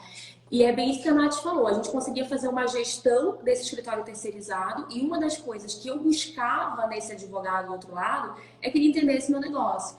Então, eu exigia que ele não fizesse a minha defesa de uma forma genérica, como ele faz de todo mundo, mas que ele viesse ali dentro da empresa participar, entender, ter uma visão do negócio. Porque fazer uma defesa padrão para todo mundo vai ser só mais uma, né? Então, a gente precisava realmente desse advogado com um trabalho artesanal, com um trabalho específico para o problema que eu enfrento na minha empresa. Agora, então, além desse atendimento personalizado, é esse ponto que eu queria chegar. Empresas pequenas não têm como ter um departamento próprio, acabam contratando um escritório. E aí me vem uma indagação. O escritório de advocacia que só sabe contencioso, esse não tem futuro, né? Não tem. Não tem. Na advocacia 4.0 está ultrapassado, está com os dias contados. É a nossa bandeira aqui no jurídico interno, inclusive. O advogado precisa se atualizar. O escritório tem que saber fornecer ferramentas preventivas, todo o apoio para contratação, para a solução de disputas mesmo antes de uma eventual lead e tudo mais, senão ele está morto. E como que é a atuação desse escritório, junto com a RH, com a contratação, como é que ele vai fazer isso? Como é que é a gestão, que é uma gestão diferenciada? Os escritórios, grande maioria está especializado em receber processo, cadastrar o processo e atuar dentro dele. Como que ele vai fazer isso com o seu cliente? Eu vou te dar um exemplo, assim, que eu tive a oportunidade de vivenciar.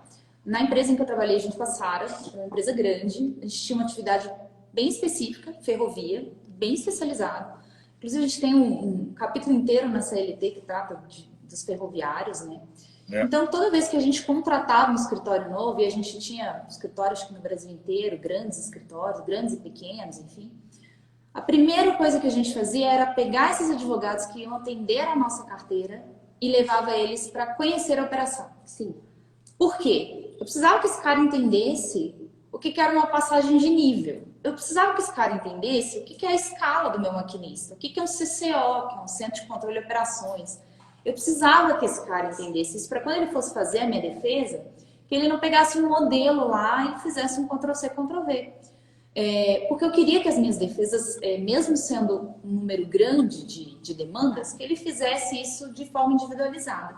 Então, a primeira coisa que eu fazia com esse escritório terceirizado que eu contratava era isso, eu levava ele para a minha operação, ele ia lá conhecer minha oficina, ele ia conhecer o que é um trecho, ele ia conhecer o que é uma via.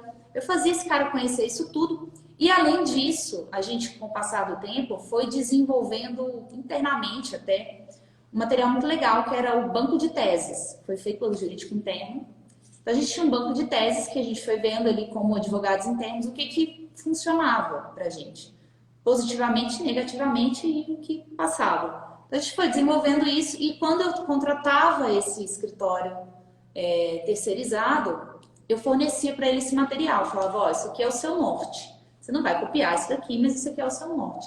Basicamente, o que funciona para a gente aqui, por exemplo, o TRT da terceira região é isso, da nona região é isso, enfim. A gente tinha um banco de teses já pela nossa vivência, né? No nosso caso lá, que era uma empresa grande, né? Daí, falando de empresas pequenas, realmente a realidade é outra, a gente sabe. E aí, normalmente, a gente tem um dono também mais presente, né? Mais atuante, mais próximo ali do negócio. E aí é importante que a gente escute essa pessoa, seja o terceiro, seja o escritório terceirizado que vai prestar esse serviço, que ele sente, escute e entenda a dor do cliente, que é o que a gente sempre fala aqui, a Sara. Geralmente, em empresas menores, o advogado responde direto para o diretor-presidente da empresa, né? Então, a gestão no jurídico do diretor-presidente é muito maior. Então, você consegue... eu tive essa oportunidade de trabalhar em empresas menores, médias e pequenas empresas. Você consegue dar soluções mais criativas. É muito mais fácil, é muito mais flexível você sugerir algumas coisas para o presidente da empresa do que numa empresa maior. Uma empresa, né, que tem processos mais definidos, enfim, avalia muito risco para tomar uma decisão. Então, uma coisa que eu percebi numa empresa menor... É muito mais fácil você oferecer uma forma mais criativa de um contrato de trabalho, por exemplo. participei de uma empresa que aconteceu isso. A gente fez uma migração no contrato de trabalho e o escritório sugeriu pra gente. E a gente forçou o escritório a fazer isso. A gente precisa, é uma dor muito grande que a gente tem e a gente quer uma solução inovadora para isso. Então, é muito mais fácil você trabalhar soluções criativas numa empresa menor. O dono da empresa está muito mais aberto, ele está muito mais próximo do jurídico a receber esse tipo de solução. A pressão acaba sendo maior também, né? Que tá o dono toda hora, né? Dando pêndulo ali, ó. Vou perder dinheiro, o que eu faço agora? É o que se vira mais para poder pagar as contas, né? Muito, é muito maior, a pressão é muito maior e assim, é diferente. Uma penhora numa conta de uma pequena empresa, até uma média empresa, né, afeta a folha de pagamento, né? Então, como advogado, você tem uma pressão muito maior, não dá para ter penhora, né? Você tem que ter uma gestão muito mais controlada dos processos do que numa empresa maior, que tem um fluxo de caixa muito mais tranquilo para enfrentar um problema desse. E vocês mencionaram compliance. Como que um departamento jurídico vai implantar isso? Até que ponto a atuação faz parte do departamento jurídico, digamos uma empresa grande mesmo, e como que você vai colocar esse serviço de compliance lá do início da contratação até o escritório terceirizado para seguir todo esse programa? Como que isso é feito? Você quer falar? Pode tá. A compliance, na verdade, quando você fala de escritório terceirizado, quando você está falando de uma empresa, o escritório terceirizado ele entra no começo, tá? Então ele entra como um fornecedor. Ele não vai entrar, ele não tem uma exceção. Ele é um fornecedor normal. Então, na hora que eu for contratar esse escritório externo, eu vou fazer background check, eu vou analisar a conduta e o histórico desse escritório. Então, se esse escritório está envolvido em algum problema, algum escândalo, enfim, a gente entra. A gente abarra ele nessa. Exatamente. Então, a gestão de fornecedor dessa forma, né? Nas empresas, como é que tem sido feito atualmente a política, a estrutura de compliance? A gente tem estruturado, né? O jurídico participa muito, né? Existem empresas que deixam o compliance para uma outra área, mas na maioria das empresas que a gente tem contato, né, Nath, acaba sendo o próprio jurídico que faz a implementação do compliance e tem algumas áreas de apoio dentro da empresa para fazer, enfim, algumas denúncias, canal de ética e outras ferramentas do compliance. Mas é o próprio advogado que faz a implementação. Então, fica dentro do jurídico, o compliance acaba respondendo para o jurídico. E uma coisa interessante, Cássio, quando a gente fala de compliance, a gente tem que falar que compliance é conformidade de regras. E quando eu falo em conformidade de regras, eu não estou falando só de trabalhista, só de legislação. Eu estou falando de regulatório, eu estou falando de licença ambiental, eu estou falando de procedimento interno da empresa, que hoje em dia a gente tem visto muitas empresas investindo nisso, que é uma coisa super bacana para fazer. Então, a própria empresa cria... cada departamento tem política para doação, política para contratação de fornecedor no exterior, política... Então, essas políticas, o cumprimento dessas políticas é feito pelo time de compliance. Então, eu acho que criar políticas, criar normas, e aí a gente não fala de burocratizar, não é que o jurídico não é para burocratizar nada, tá, gente? O advogado do novo mercado, quem está sendo exigido agora é um advogado facilitador. Ele é estratégico facilitador. Mas a forma de fazer esse controle e a forma de mostrar que a empresa está aderente às regras é feita pelo compliance. E quais são os grandes desafios que um departamento jurídico interno encontra ao dialogar com um escritório jurídico contencioso? Normalmente a gente tem muita dificuldade justamente no conhecer o negócio. Os advogados mais antigos, né, os que não estão querendo se atualizar, enfim, eles não querem sair da cadeira deles e ir lá vestir um uniforme de operação para ir entender do negócio do cliente dele. Então, a gente ainda encontra essas barreiras, assim, de ter, de fato, um escritório que entenda e queira conhecer do seu negócio. Na prática, ele quer trazer uma solução que ele já trabalha com ela e quer que você se encaixe naquilo. Então, assim, para mim, fundamental é que o cara me escute. Hoje a gente tem esse problema, né? As pessoas querem mais falar do que ouvir. E assim, para funcionar bem, para esse terceirizado, esse escritório terceirizado ser um bom prestador de serviço, ele precisa te conhecer, ele precisa te ouvir, precisa saber onde são as suas dores, assim, o que dói em você.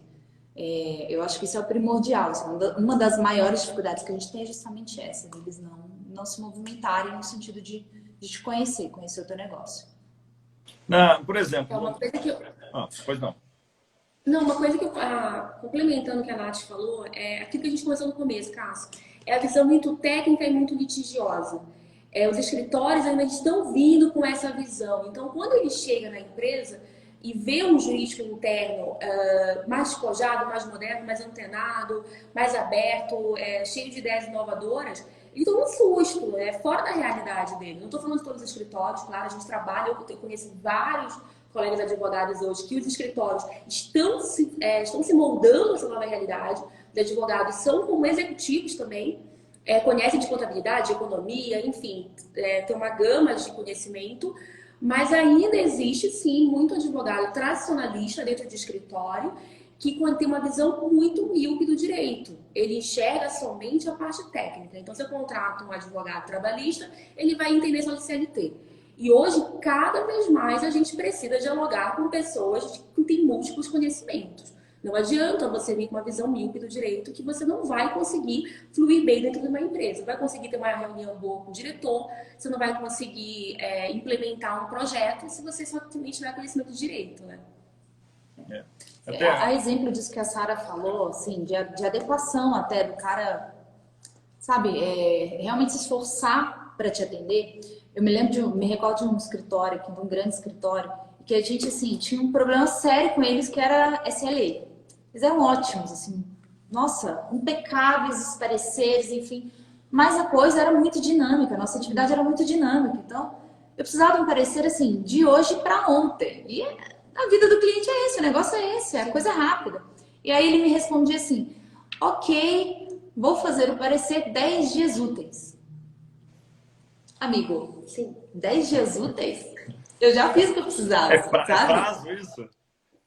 Então, assim, esse tipo de conduta, assim, hoje não cabe mais, entendeu? Se eu falar com ele que é algo urgente, ele precisa entender, assim, o que realmente é importante para aquele cliente, o que pode impactar na operação, o que pode impactar em dinheiro, né, em receita. Então, se ele não tiver essa parceria, não vai. Não vai. Tá fora. Por melhor que o cara seja, por mais que esse é um outro ponto importante. Qualquer atitude, qualquer ato, qualquer política da empresa, seja preventiva, seja dentro do processo, deve-se ter um número, o valor de quanto isso representa para os cofres da empresa, né? Às vezes o advogado não faz nem ideia. Não vou fazer acordo porque eu não sei o quanto vale, eu não sei o risco de uma ação, não sei o que tem. É melhor tocar porque a gente pode ganhar lá na frente. Trabalhar com incertezas, quando você tem um número ali, a coisa é mais dinâmica, é mais correta, né? E o que o empresário quer saber é, doutor, quanto que eu vou perder, quanto que eu vou ganhar nisso? Não quer saber se o direito é constitucional, se o direito é protegido, se não é, se o tribunal tal defende sua tese, se não defende. Ele quer saber do bolso, o que vai ter, não é isso mesmo? Quanto isso custa, exatamente. Eu costumo falar que o advogado interno ele tem que esquecer o juridiquês e aprender muita matemática. Porque o empresário ele não entende data vênia, ele não sabe, e não vai fazer efeito nenhum para ele o data vênia. Ele quer saber número, ele quer saber contingência, ele quer saber o quanto ele economiza, o quanto ele traz de resultado para a empresa dele. Então a gente tem que aprender muito mais matemática e até uma dificuldade minha pessoal também, né? Quando eu entrei no corporativo, eu tive que aprender contabilidade. Então, é a visão que a gente precisa mostrar para o empresário. Você tem que entender do meu negócio, tem que trazer resultado. Essa fala da Sara é perfeita. Você tem que entender de contabilidade. Ainda que seja raso, assim, mesmo Sim. que você não vá fazer o cálculo. Mas, assim, eu me lembro a gente tinha contadores terceirizados que mandavam os cálculos, mas você tem que ter uma noção. Até se o cara fizer uma besteira, você fala, opa, esse cálculo aqui está errado. E acontece, né? As pessoas erram, enfim. E aí você tem que ter essa noção. Agora, se você não sabe de nada, aí passa batido. Eu já vou indicar, vocês duas e o professor Walter Leno, que dá contabilidade no MBA, podiam fazer uma live. Seria interessantíssimo. Legal. Porque, de fato, o advogado que entra no direito, porque não... Foi meu caso, eu entrei no direito porque eu não sei fazer conta. Na engenharia. É isso. Depois, na faculdade de economia, tive que pegar de novo o cálculo. Mas é cálculo puro, não só cálculo, como análise econômica da situação. Então você tem que ter um conhecimento multilateral muito grande. O direito não representa nada se ele não for convertido em números. Infelizmente, a atuação judicial é converter qualquer dor, qualquer violação de direito em número. Então não tem como você desconsiderar esse fato que é importante. E aí chega um outro conflito que eu já vou perguntar para vocês se já passaram por isso. Quando você tem uma advocacia preventiva preocupada em solucionar os problemas e tem uma advocacia tradicionalista, um quer fazer um acordo, às vezes uma conciliação, resolver o problema, outro não, vamos tocar para frente. Como é que se resolve isso? Como é que você toma uma decisão disso? Isso é muito importante, Cássio, você está alinhado. Só abrindo parênteses aqui, a professora Amanda de solução de disputas, de mediação, está assistindo a gente aqui, de repente ela até vai fazer uma pergunta para gente. Pode fazer uma contribuição aí conosco. Mas, assim, no meu ponto de vista, é muito importante que o advogado ele esteja alinhado com aquilo que é a perspectiva do negócio. E aí eu digo assim, toda empresa funciona por lucro, claro, ninguém está trabalhando ali, funcionando, nada, enfim, por caridade, meramente. A gente está num sistema capitalista. Então, e o fato de querer lucro não quer dizer que vai explorar as partes interessadas. Exato, não. A gente não precisa ter essa dicotomia, já está ultrapassado. Não é pecado isso. Exato. Ganhar dinheiro não é pecado. Mas assim, é bem importante, a gente tem lá no começo, normalmente a gente faz no final do ano seguinte, né? A gente tem um orçamento, a gente tem um forecast. Quem é de jurídico interno precisa falar disso, a gente precisa falar de orçamento jurídico, precisa ter uma previsibilidade, a gente precisa tratar de provisões, EBITDA. Meu Deus do céu. E aí, quando você chega nesse mundo, você fala, meu Deus, não sei o que é isso. O que é EBITDA? O que é orçamento? Por que eu preciso trabalhar com provisão? E geralmente o advogado do escritório, ele não sabe disso, porque ele não conhece o negócio, ele não sabe a importância que tem quando a gente manda para ele um relatório e fala assim, aqui, eu preciso que você me fale o que eu devo pagar o ano que vem. Daí ele vai falar assim, mas eu não tenho uma bola de cristal. Eu já falei isso. Eu não vou sacar uma bola de cristal aqui para te dizer, não tem como. Tem, isso é importante, essa informação é importante para a minha empresa, é importante para o meu negócio. Então, é importante que o advogado, ele saiba disso, ele saiba o que a empresa está buscando para aquele ano como metas, né, num curto prazo, médio prazo, longo prazo. A empresa, ela se prepara para isso, ela tem projetos a curto, médio e longo prazo. Então, o advogado ele tem que estar alinhado com isso, com essas expectativas. E aí entra esse tipo de decisão. Então, por exemplo, se eu sei que a minha empresa ela tem caixa para pagar, agora a gente está num momento de redução de carteira do contencioso. É o que eu estou vivendo. Estamos num momento de redução de carteira. Então, não me importa, eu vou encerrar esse processo. Mesmo se o cara não quiser fazer acordo comigo, eu vou fazer uma petição e falar, Celeste, eu quero pagar, porque eu estou com dinheiro aqui, não quero parar, não quero deixar ele parado, não quero fazer outra coisa, eu já destinei esse dinheiro para isso, então eu quero pagar para encerrar esse processo. Não quero mais pagar juros para esse caso. Tá, hoje a decisão do IPCA é essa, a aplicação por IPCA é essa na Justiça do Trabalho. Daqui a tanto tempo eu não sei. Então, baseado nisso, estou destinando tal verba para quitar esses processos. Então, é importante que o advogado saiba para onde a empresa está caminhando, quais são os projetos dela a curto, médio e longo prazo, que vai facilitar esse tipo de tomada de decisão, seja fazer o acordo, seja empurrar. Tipo, a empresa não tem caixa, estouramos o orçamento, esse ano não dá, vamos empurrar, não dá para pagar. Então, é isso. Uma coisa que a gente tem muito em jurídico interno é o apetite de risco do empresário.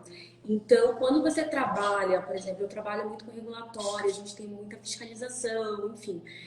Toda vez que tem uma conduta, tem algum negócio que quer ser feito que pode ferir aquilo, eu tenho que mostrar para o empresário, em números para ele, qual o nível de risco, qual o nível de exposição, qual o nível de multa, enfim. E ele vai definir. Porque não existe empresário que não corra risco. Não existe. Só ele fecha a empresa, né? Por si só, é inerente. Ainda mais no Brasil. Então, não tem como você risco zero. Você sempre vai correr um risco. Mas cabe ao advogado interno dele, cabe ao advogado que está assessorando ele apontar. E aí ele define. Quem vai decidir é o empresário. Ele define qual é o apetite de risco que ele quer seguir. Então, quando a gente vai para essa decisão, vale mais a pena eu pagar o processo agora com uma multa de redução de 30% ou eu levar isso para frente? Então, a gente aponta e quem define é o empresário. Quem vai definir se ele precisa seguir, se ele vai querer correr o risco, é o empresário. Algumas ferramentas auxiliam muito nisso. E aí me parece uma informação muito importante que o advogado forneça para o empresário, são as ferramentas de jurimetria. Hoje, quando você recebe um processo e entra num data lawyer da vida, você já sabe a percentagem de chance de êxito de qualquer pedido. Tanto na vara em que caiu, no tribunal, no TST, até no STF. Então, isso facilita muito. Quando você pega e traz para o jurídico, junto com o contador, e faz uma análise de risco em valores, você sabe se vale a pena ou não fazer essa conciliação, né? Ou até barrigar. E outra coisa, barrigar, né? Porque tem advogado que gosta de ir para frente por análise de risco, fluxo de caixa. Eu até lembro uma vez que a empresa falou, não, doutora, o advogado sem conhecimento nenhum da atividade empresarial, a empresa está passando por dificuldade, no mesmo dia que no Valor Econômico saiu uma nota do lucro absurdo daquela empresa. Ou seja, tem o trabalho de ler o jornal que falava Meu da empresa. amigo. Não pega bem, né? Então é importante estar muito bem ligado até nas políticas, como você disse, de fluxo de caixa, de orçamento que você tem para quitar ou não acordo e coisa e tal. Isso aí. Isso me parece. Outro conflito que eu vejo, isso eu lembro da minha época que eu trabalhava no jurídico trabalhista. Havia um conflito muito grande entre o pessoal que trabalhava na linha de frente, no front office daquela empresa, que tinha que ter lucro, meta, bababá, aquela correria, e a gente do jurídico falando, olha, não pode trabalhar depois de tal hora. Tem que bater... Era uma época que nós estávamos implantando o ponto eletrônico. Tem que bater o ponto certinho, não pode bater e voltar a trabalhar. Só que o gerente lá da linha de frente achava pavorosa a nossa regulamentação interna que o jurídico impunha, porque senão eles não conseguiriam bater meta e virava uma briga isso. Então, o nosso direcionamento é cumpra a legislação, cumpra o que a gente está falando. Ele não posso, senão não cumpro meta. Como que se administra uma coisa dessa? Eu, na época, claro, tinha um carguinho lá, iniciante, assistente jurídico, nem sabia, não era gerencial, nem estratégico. Mas como que um jurídico se porta diante dessa situação com o pessoal da linha de frente mais agressiva de uma empresa? Olha, esse Cardoso aqui. Eu tenho casos e casos aqui, eu poderia ficar um dia inteiro só contando quantas e quantas vezes eu me deparei com essa situação. Especialmente no trabalhista, né? Que a gente tem muito contencioso. Assim, você precisa tirar a testemunha lá da escala para ir trabalhar e o gestor quer te matar. Ele fala, meu Deus, mas duas testemunhas, você precisa de duas. Então, né? E mais um preposto. Mas o quê? Você vai tirar 3 pessoas da minha escala? Enfim, inclusive já ouvi uma frase terrível, que foi, olha, eu faço o trem girar, eu pago o seu salário. Não é você que veio me dizer o que eu tenho que fazer, sabe? Coisas desse tipo. É difícil, né? É difícil. Inclusive, esse tipo de mentalidade não cabe mais. Assim, as empresas hoje estão num outro patamar. E eu acho que, de uma forma geral, essa evolução que a gente fala aqui, do ponto de vista jurídico, não é só para o advogado 4.0. Essa turma que está atuando aí precisa se atualizar em relação às habilidades, a valores, e hoje a gente vê isso, como as empresas colocam seus valores e elas precisam não só ter o discurso, elas precisam implementar isso na prática. A gente fala de sustentabilidade, fala de diversidade, respeito ali aos direitos, que é o básico, né? Então, jornada, assim, é o mínimo. E aí, quando a gente tem esse tipo de confronto, já aconteceu comigo, confesso que faz tempo que, graças a Deus, eu não tenho enfrentado isso, porque eu vejo que a cabeça até do pessoal, mesmo do pessoal que está lá na linha de frente, eles estão evoluindo também nesse sentido, de ver a importância que isso tem, assim, o risco que você vai assumir, e aí você vai assumir sozinho. E eu usava sempre um exemplo, quando dava treinamento interno, lá na empresa, quando a gente ia falar sobre essa questão da jornada, da importância de respeitar a jornada, né? E aí a gente chegava no ponto lá de trabalho escravo. E aí eu citava alguns exemplos, falava, gente, tal empresa grande foi condenada por trabalho escravo, teve o nome inserido lá na lista negra de trabalho escravo, e o que vocês precisam saber? Que você, gestor, que está lá com o nome no contrato, você pode ser penalizado criminalmente por isso. E aí citava um caso que tinha acontecido, entendeu? Então, assim, é importante trazer a pessoa, com que ela faça parte, é importante abraçar ela entender que ela é parte do processo. Ela não pode ser o problema. Estamos ali juntos, o jurídico não está ali para atrapalhar. A apesar de antigamente as pessoas acharem isso. O jurídico ele tem que ser parceiro, estamos ali para auxiliar. Então, quando vem essa fala assim, mas eu preciso bater meta. Então, meu amigo, se você bater meta, o MTE vem aqui, né, agora não é MTE mais, o Superintendência Regional do Trabalho vem aqui, faz uma fiscalização e vê que a gente está batendo ponto e o cara continua trabalhando. Isso é irregular. Se o cara faz mais de 2 horas por dia, pode caracterizar trabalho escravo, isso é irregular. Então, a consequência para a empresa é mostrar grana. Então, não adianta nada ele bater a meta dele lá se a empresa tiver uma condenação por trabalho escravo, tiver o nome inserido lá na lista negra. Então, o impacto disso é muito maior. E trazer ele para junto de si e ele fazer parte da solução. Eu trabalhei numa empresa de TI e a gente trabalha com projetos, enfim. Então, aquilo que você falou ali é perfeito. A galera corria muito para entregar projeto, os clientes eram empresas grandes, né? Então, eles corriam muito. Então, deixava o cronograma rolar solto, perto de entregar o projeto final, aí fazia uma hora extra para poder entregar, enfim. E aí, toda vez que vinham com o jurídico, a gente sempre recomendava, não pode, não pode, não pode. E toda vez que vinha com o jurídico, mas vai atrapalhar a entrega do projeto, enfim. Foi isso que a Natália falou. A gente começou a pegar um monte de reclamação trabalhista, né? Os salários são salários expressivos nesse meio de TI, e começou a doer na empresa. Então veio a ordem de cima, mudou a mentalidade de cima. Vamos cortar a hora extra. Mas e o projeto? Você vai adequar seu cronograma. Então, se você tem um cronograma, por exemplo, para entregar em 30 dias, você vai adequar ele para entregar em 35. Seja realista com seus prazos. Não adianta a gente querer inventar que vai ser possível trabalhar 13, 14 horas por dia para fazer tal atividade. Vamos ser realistas. Então, acho que alguém comentou aqui que a mudança de mentalidade de cima é perfeito. É isso aí. É perfeito. Trazer realidade para a empresa, né? Quer bater meta? Ótimo. Todo mundo precisa pegar PPR, mas a gente precisa ser realista. Ninguém vai trabalhar 13, 14 horas por dia. Foi a Alice Cardoso que manifestou isso. Também estamos com o professor Dalegrave Neto aqui. O que você falou de que as empresas estão se conscientizando, se atualizando, é um assunto muito caro, né? Aquilo que a gente chama dessa mudança hoje no mundo capitalista, daquele shareholder capitalism, que cuida apenas do curto prazo, da valorização das ações, dos bônus para os executivos e os dividendos para os acionistas, para algo pensado mais a longo prazo, que é aquele capitalismo de partes interessadas, o stakeholder capitalism, que é muito mais importante pensar no longo prazo. Ou seja, eu vou exigir do trabalhador fazer horas extras sem bater, eu vou criar uma animosidade com os meus empregados, que eles vão acabar produzindo menos, vão acabar adoecendo mais, e isso vai repercutir no prejuízo na frente. Então, é muito melhor criar procedimentos mais saudáveis e que deem para cumprir, metas que deem para cumprir dentro daquele horário de trabalho. Eu vou ter, ao longo prazo, um rendimento, uma sustentabilidade empresarial muito maior, ainda que o lucro naquele ano letivo, naquele exercício fiscal seja menor, para longo prazo isso vai ser muito maior, vai repercutir numa estrutura muito mais resistente da empresa. E aquilo que vocês falaram, você tem que ter princípios não só para falar ali e colocar no site, mas para aplicar mesmo.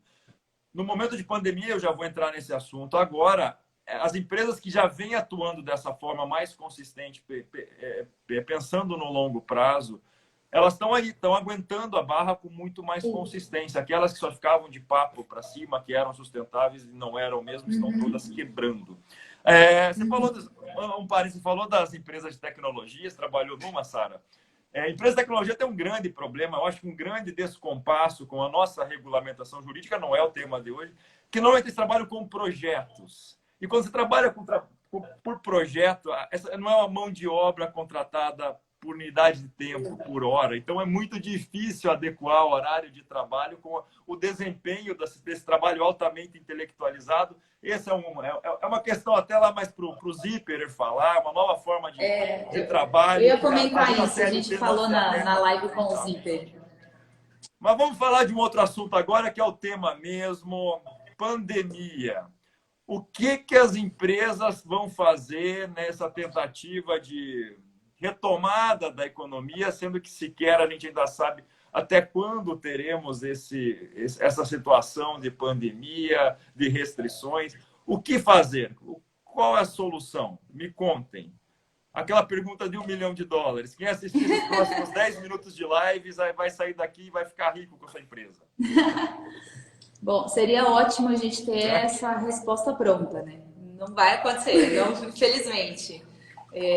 O que a gente defende, assim, é que realmente as empresas, elas continuem agindo, continuem investindo nisso, na atuação de fato estratégica, investindo em pessoas, e aí, assim, essa mudança de paradigma que a gente teve, né? A gente teve uma aceleração muito rápida em alguns processos que talvez demorariam um tempo maior.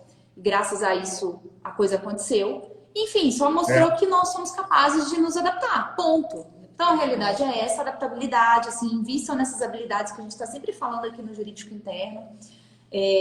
Mas, assim, o que a gente entende é que as empresas que estão em consonância com esses princípios de sustentabilidade, diversidade, investindo em pessoas, que é o maior capital que a gente pode ter, e estão assim, abertas para o futuro mesmo. Porque assim, as coisas que a gente falava que era futuro já foi, é presente, já está acontecendo. Não algumas empresas ainda falam de futuro, coisas que já estão acontecendo, né? Já foram. Precisa correr atrás mesmo, se atualizar. Mas acho que o mais importante é isso, definir bem os seus valores, aquilo que você quer.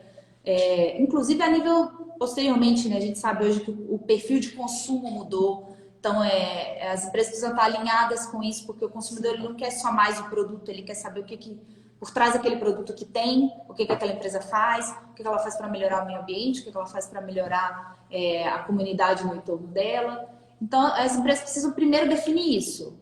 Além do lucro, o que mais que ela quer trazer como mensagem para o ambiente onde ela está inserida. E depois disso, investir em ferramentas, em pessoas, para que isso seja possível, para que isso se efetive. Assim. Cássia, a gente não tem resposta pronta, mas a gente tem um post no Jurídico Interno falando disso, tá? A gente comentou ali 5 ações de retomada que as empresas devem adotar. E uma das ações que a gente fala não é resposta pronta, não é fórmula de bolo, mas que as empresas que estão conseguindo manter os empregos, que estão conseguindo se segurar nessa crise, estão fazendo. Uma gestão de caixa eficiente é fundamental nesse momento. Um comitê de crise. Nós estamos vivendo uma crise. E a gente não pode fechar os olhos, né? A gente teve várias atividades que foram paradas. Então, nós do Jurídico Interno, a Nath participou disso também, a gente participou de um comitê de crise, a gente monitorava diariamente, 24 horas por dia, todas as legislações, para saber onde afetar, eu trabalho com transporte logístico, onde afetar, se ia ter paralisação da minha atividade, o que eu tinha que fazer, eu tinha que correr para a área de segurança e saúde para avisar de qualquer normativa do município. Então, gestão de crise nesse momento é fundamental. A empresa que não consegue se planejar numa crise dessa, vai sair perdendo. Uma coisa que a Nath falou também, que eu acho que é fundamental, é você observar um novo padrão de consumo. A gente está falando do novo normal, muita coisa mudou. Então, as empresas vão ter que se adaptar para um novo padrão de consumo. As vendas pela internet aumentaram, então o online não é mais uma opção, ele é uma necessidade. A empresa tem que estar, a empresa que trabalha com venda direta para o consumidor, B2C, ela tem que estar no online, ela não tem mais uma opção. Uma coisa que acaba também atraindo e ajudando muito nas empresas é receita alternativa. Então, qual é o objeto social daquela empresa? De que outra forma ela pode oferir receita? Né? Existe outra forma? Existem. O Magazine Luiza, durante a crise, ele ajudou pequenos empreendedores a fazer a logística deles. Então, é uma fonte de receita alternativa que eles conseguiram oferir na crise. Então, eu acredito que não tem receita pronta, não tem fórmula mágica, mas com criatividade o empresário consegue se manter nessa crise. E o trabalhador? Qual é esse monte de legislação, mudança de trabalho, vai para o teletrabalho, vai para o presencial? O que o empresário vai fazer com isso? Tem um emaranhado de MPs, de novas legislações, legislação que já foi revogada e volta para a CLT. Como é que você chega para o empregador, olha, você vai fazer isso e isso? E isso é garantido ou não é garantido, ou sabe que vai estar pisando em ovos durante um bom tempo? Não tem como garantir. A gente está agora num período que começa a preparar o pagamento 13º, né? Acho que está todo mundo passando por isso. Já tem aquela confusão da base de cálculo, 13º. Aham. Tem gente interpretando errado aí, né? Então, o que você vai fazer? Você traz o cenário, você apresenta para o empregador e fala, ó, tem esse cenário, esse cenário, esse cenário, os riscos envolvidos são esses, o que vai expor menos a empresa. E aí é importante, né, quando eu falo de estar alinhado, o advogado ter esse conhecimento, é saber a questão do orçamento, saber a questão de caixa, saber a questão de valores, o que é importante enquanto valores para aquela empresa, né? Por exemplo, o meu grupo empresarial onde eu trabalho hoje, eles têm valores, assim, em termos de pessoas, muito definidos. Então, a gente poupou ao máximo, o máximo que a gente pôde, para evitar cortes. Então, a gente fez, assim, cortou na carne algumas coisas para que as pessoas não fossem atingidas. Conseguimos implementar algumas ações importantes. E agora, estamos de novo nesse movimento. Ó, pessoal, que eu fiz redução, e daí, como é que eu faço? Daí, de novo, trago os cenários, trago os riscos, e alinhado ao que eu tenho de orçamento, a dinheiro, e alinhado ao que eu tenho de valores, a decisão é tomada. Mas o jurídico, ele faz esse papel ali de suporte, né, de apoio. E ele auxilia, e aí não é só trazer as opções. Ó, tá aqui, a opção é essa. Te vira aí, você escolhe. Não, é mostrar para ele que, ó, independente da tua opção, estaremos juntos. Nós vamos assumir. Os riscos são esses, a gente não sabe o que a jurisprudência vai... como o judiciário vai se comportar. E aí você me diz depois, né? Daqui uns 2 anos a gente fala de novo sobre isso, você vai me contar como é que Nem eu foi. sei. E aí eu não tenho como passar essa garantia para ele. Mas ok, o que importa estou trazendo para ele os fundamentos e dizendo para ele que, a depender do que vier, a gente está junto, assim, a gente vai enfrentar. Temos fundamentos para isso, não é da minha cabeça. Tá aqui, os cenários são esses. Risco é esse cenário 1 tem esse risco, o cenário 2 tem esse risco. Exatamente. Decide. Perfeito. Meninas, nós estamos chegando à nossa parte final, vai acabar logo. Peço para vocês fazerem suas considerações finais. Bom, primeiro agradecer, né, a oportunidade, o convite de dar aula aí, está sendo bem legal. É a primeira vez que eu vou dar aula no MBA. Tô até um pouco nervosa, confesso. Mas vai ser uma super oportunidade, assim, tenho certeza. E o que eu puder contribuir, claro, acho que essa questão da vivência, daquilo que a gente já passou de experiência, acho que é muito bacana.